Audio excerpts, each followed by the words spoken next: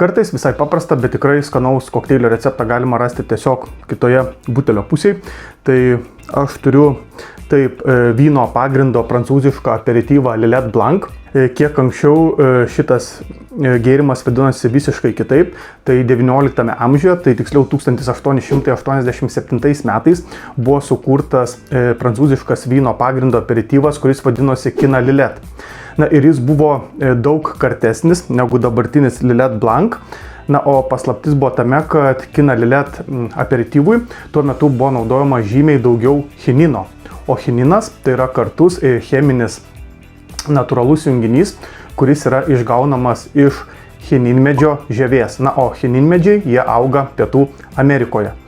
Na ir kiek vėliau, tai jau 20 amžiaus antroje pusėje, apie 1980-uosius, 20 amžiaus 90-ame dešimtmetyje, Kina Lillet kaip brendas nustojo egzistuoti, jis persivadino į Lillet Blanc, na ir buvo pakeistas receptas.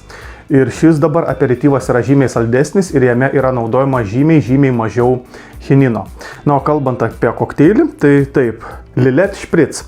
Tai čia pilasi taip aperityvas ir kas įdomu, tai yra tonikas. Ne prozekas ir mineralinis vanduo, kuris įprastai naudojamas yra špric tipo klasikiniam kokteiliam, bet būtent tonikas. Na ir ledukai bei apelsino skiltelė.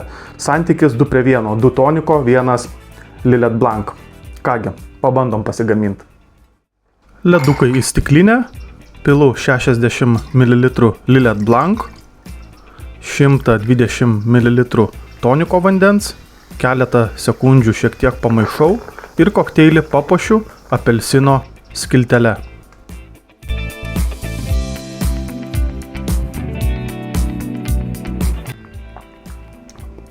Jaučiasi tas šiek tiek toks minimaliai kartumas, aišku, čia ir nuo toniko, bet kaip ir sakiau, šitas Lillet Blanc yra saldesnis už pirmtaką Kina Lillet, kuris jau nebeegzistuoja.